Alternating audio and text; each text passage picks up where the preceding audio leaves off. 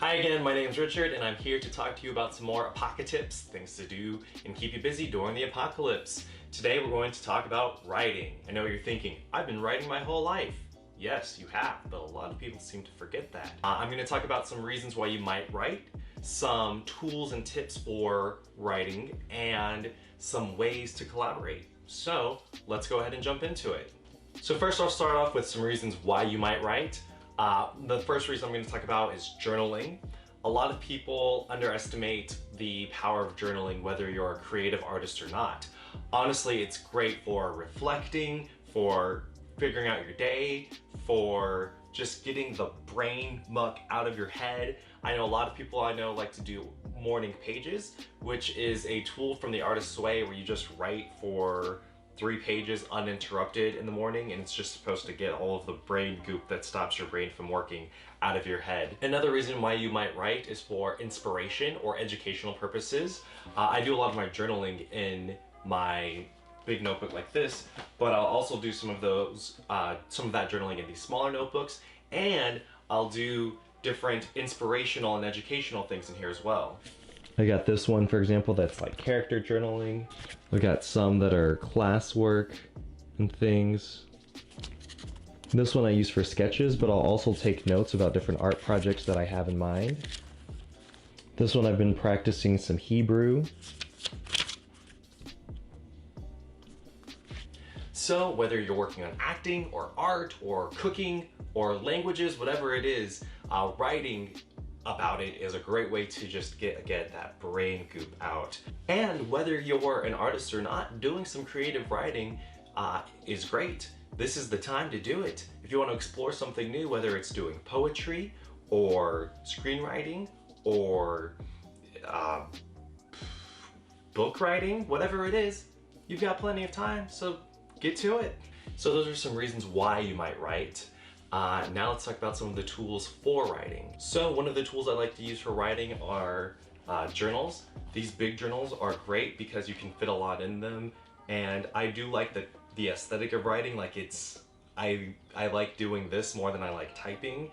That's just a personal preference. I also don't like looking at screens for long periods of times, so this is better than a phone or a computer for that reason. However, it is a lot faster to type, so I do like computers for that reason. And this isn't the most portable compared to a Moleskine or a phone. Moleskines are great because you can organize them. I have, like I showed you, different ones for different things. And then they are very portable. Taking one of these for a walk or one of these for a bike ride, or just having it on you wherever for little notes here and there is super convenient. I can have 6 of these take up the same amount of space as one of these, but these are more organized because they're categorized. However, again, not as fast as typing, so not as convenient as a computer in that way. And just like with a journal, it's not easy to re-find information in these compared to a computer or a phone that have search engines. Phones are, like the Moleskines, very portable, super convenient in that way. And compared to all of the handwritten methods, I can share the information digitally very easily. So let's say I have a Google Doc on my phone. Google Docs is a program that you can type stuff in and then you can access it on the internet. So it's really convenient. I will leave notes for myself on my phone and then kind of expand on it on my computer when I can type more. Because that is a thing about phones for me, is typing with my fingers is not super convenient, and staring again at a screen for long periods of time is not super convenient, but I can leave a few quick notes and then expand on it on my computer, which is great. And then there's other applications that you can use on your phone as well. You can use voice to text, so you can leave voice memos or voice to text memos where it types it out for you, so that's convenient as well. And like with your computer, you can search for things. So that is one of the great parts about computers and phones, is that there are search engines. So if you write something and you want to find it again, you just type in some keywords and it'll come up. I like using Google Docs for that reason, because again, it's on the internet, so it's easy access. Celtics is another program that I like to use for writing.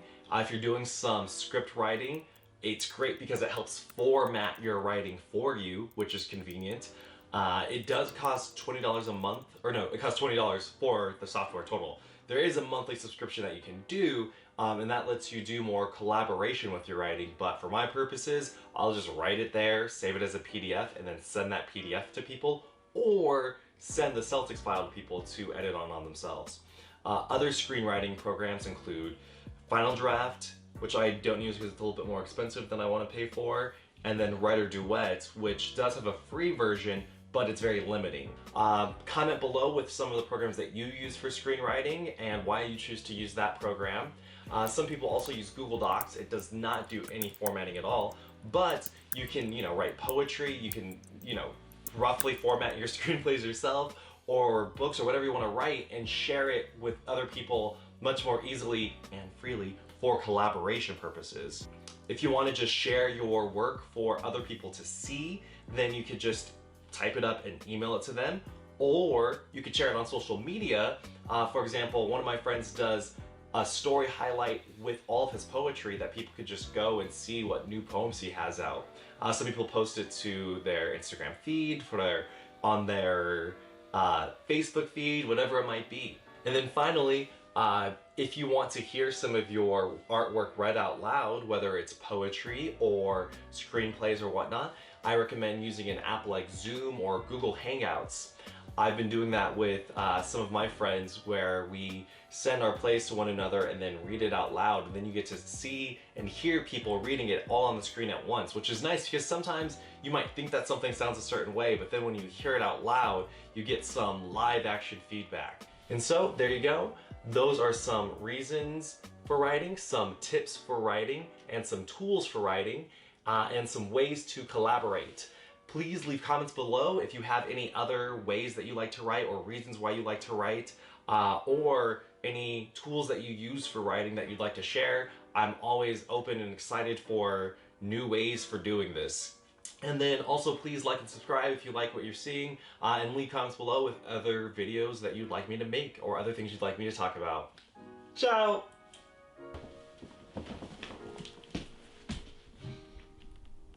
Yeah, the latest one had like a couple additional lines with an usher. Here it comes. And if somebody else wants to play the usher for now, unless Franklin. Is it the usher or usher? Like usher. Okay, that's what I assumed, but then you kept saying the usher, and I was like, you can just call him usher. Usher. Yes, Usher. Who was that, Eric? I know it was Eric. Of course it was Eric. You know,